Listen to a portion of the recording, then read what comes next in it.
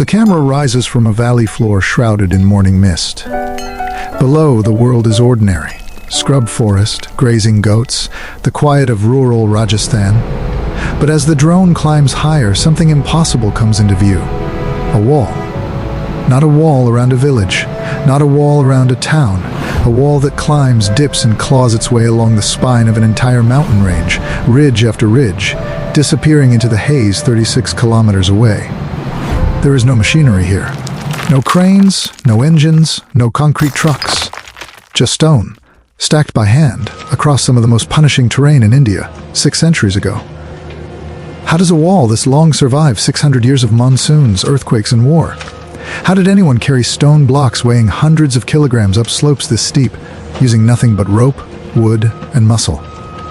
And why would a 15th century kingdom pour a generation of labor into fortifying a mountain that, at first glance, nobody could ever conquer anyway? This is Kumbhalgarh, the second longest continuous wall on Earth, surpassed only by the Great Wall of China. Built in the heart of the Aravalli Mountains, it was never meant to be beautiful. It was meant to be unbreakable.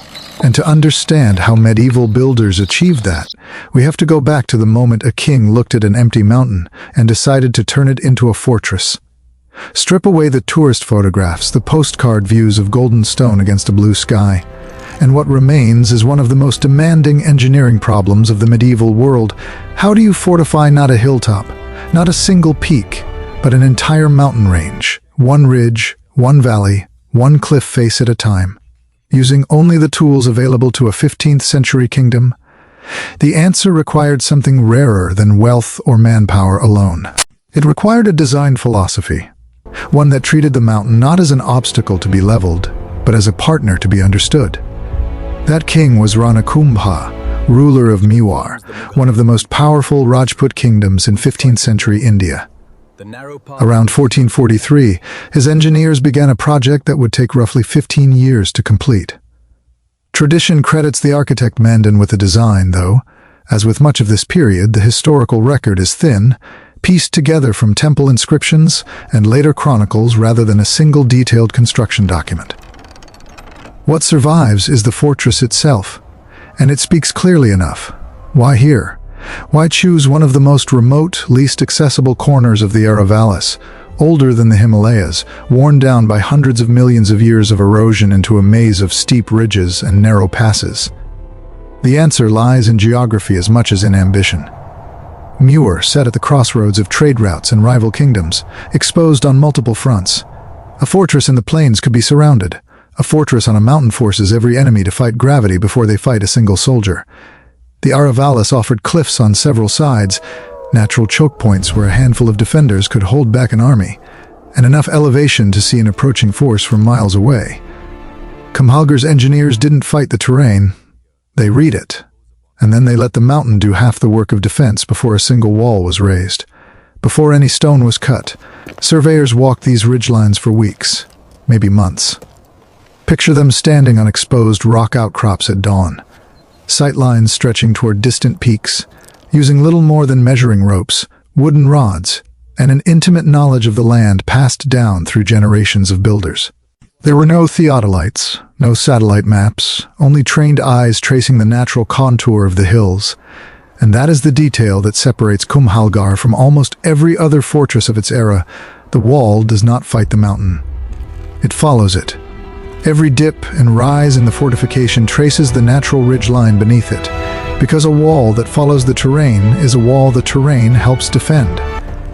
Gates were positioned only where a narrow approach already funneled potential attackers into a single crossing point.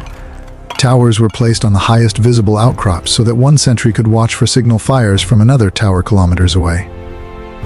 This was not decoration. This was military logic, translated into stone before the first block was ever quarried.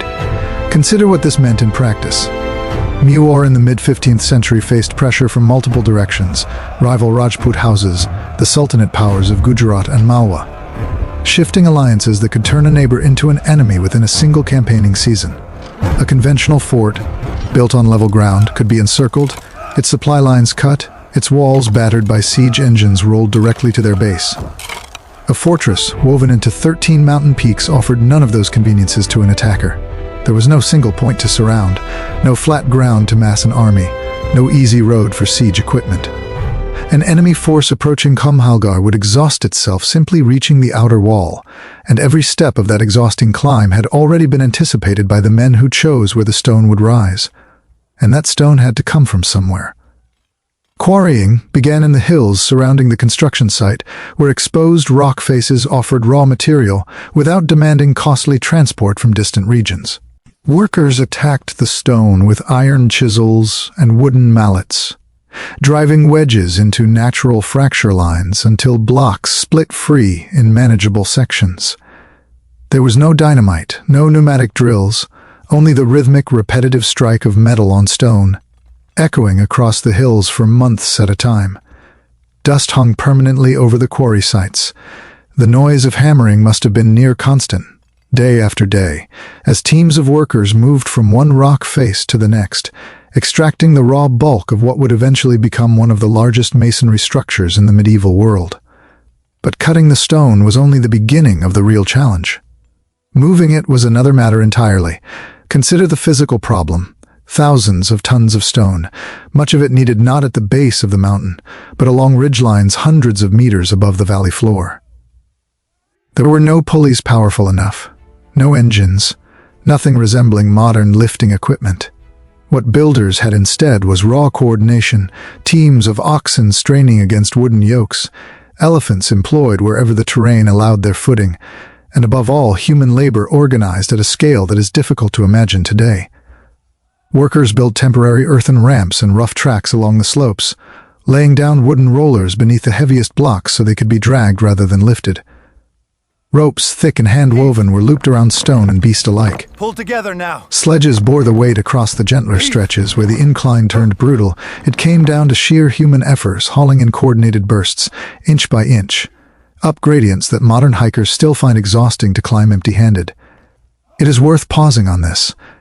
Every single block that forms Kumbhalgarh's wall, and there are staggering quantities of them, was moved this way. Not by a single miraculous method, but by relentless, repeated physical labor, organized with a level of logistical discipline that rivaled any military campaign of the era. Once stone reached its destination, the mountain itself became the next engineering partner. Builders didn't attempt to flatten or reshape the terrain more than necessary. Instead, they cleared away loose, unstable rock, exposed firm bedrock wherever possible, and anchored the wall's foundation directly into the mountain's natural skeleton.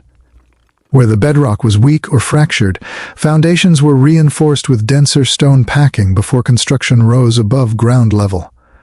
This restraint, building with the mountain rather than against it, is part of why the fortress has survived so many centuries of seismic activity and monsoon erosion that would have crumbled a structure built on artificially leveled ground.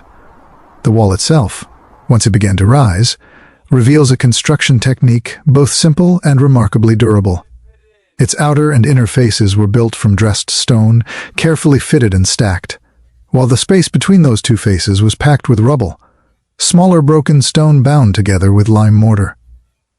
This double-wall rubble core method allowed builders to achieve extraordinary thickness in places wide enough for several horses to travel side by side along the top, without needing to quarry and dress solid stone all the way through.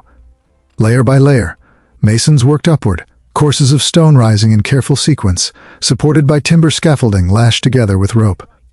Entire crews specialized in different tasks, some dressing stone, others mixing lime mortar in pits at the base of the wall, others hauling finished blocks up bamboo and timber platforms to the working face above. The wall doesn't run in straight lines because straight lines were never the goal. Its curves and undulations trace the mountain's own contours. A design choice that not only respected the terrain but denied attackers any long, flat stretch of wall to target with siege equipment. Where the wall meets human passage, the design turns deliberately hostile. Kumbhalgarh's gates were never placed along a direct, easy approach. Instead, they were tucked behind sharp turns and narrow defiles, forcing any approaching force to slow, funnel into single file, and expose their flanks before ever reaching the doors themselves. The gates were built from massive timber reinforced with iron studding, set beneath stone archways strong enough to bear the weight of defensive structures above. Attackers who breached one gate often found themselves trapped in a confined space overlooked by walls on multiple sides, a killing ground engineered not through brutality alone but through geometry. It was psychological warfare as much as physical defense. An invading force could see from a distance that every meter of the approach had been designed against them. Rising above these gates and along the wall's length, towers and bastions punctuate the fortification at calculated intervals. These structures gave archers elevated firing positions and unobstructed sight lines across the surrounding valleys. In later periods, as gunpowder weaponry spread through the region, some of these positions were adapted to accommodate cannon, though the fortress's core defensive architecture remained rooted in its original 15th century design. What made the tower network especially effective was its role in communication.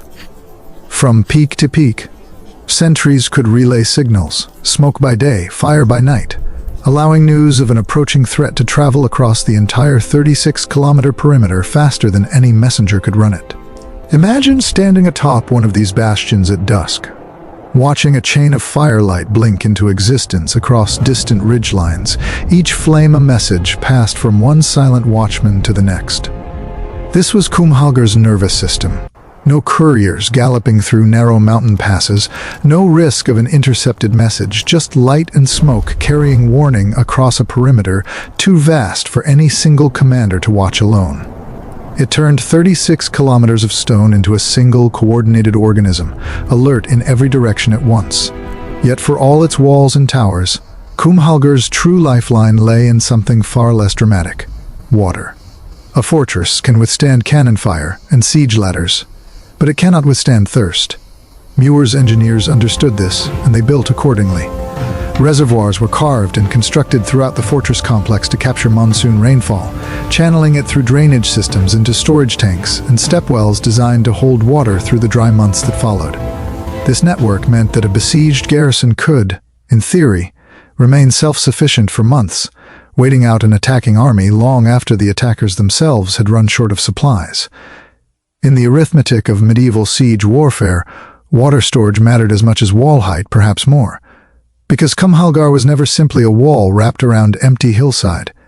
Within its perimeter grew something closer to a self-contained mountain city. Temples rose alongside granaries built to store grain against long sieges. Workshops housed blacksmiths and craftsmen. Barracks and stables supported the garrison and its horses. Homes clustered along the slopes for the population that lived and worked within the walls year-round. And near the fortress's summit stood the palace complex, including the structure later known as Badal Mahal, the Palace of Clouds, positioned to catch cool mountain air even during Rajasthan's brutal summers. This was not a purely military installation. It was a functioning settlement, engineered to survive independently for as long as necessary, because the builders understood that a fortress which could not sustain daily life was a fortress that would eventually fail. None of this happened without an extraordinary coordination of human effort. Picture the full workforce required: master architects overseeing the broader vision, stonemasons shaping block after block to exacting tolerances, carpenters building scaffolding and gate timbers, blacksmiths forging and sharpening the iron tools that quarrying and construction consumed constantly, lime workers burning limestone in kilns to produce the mortar binding every wall, surveyors continually rechecking alignments as construction pushed higher up the ridgelines, and handlers managing the oxen and elephants that made transport possible. Beneath all of them, thousands of laborers carried, hauled, mixed, and lifted day after day, season after season for close to 15 years. There is no surviving payroll, no single document listing every worker's name, but the scale of what still stands makes clear that this was one of the largest sustained construction efforts undertaken anywhere in 15th century India, an achievement of logistics as much as architecture. Think about what 15 years of continuous labor actually demands. Workers needed feeding, housing, and organizing across shifting camps that moved as construction progressed along the ridgelines. Tools broke and had to be reforged. Lime kilns required constant fuel and constant tending. Injuries happened on slopes where a single misstep could mean a serious fall. Coordinating all of this, season after season, without the administrative technology we take for granted today. No telegraph, no printed schedules, no centralized payroll systems, meant relying on an oral chain of command, experienced foremen, and generations of inherited building knowledge passed from master craftsman to apprentice.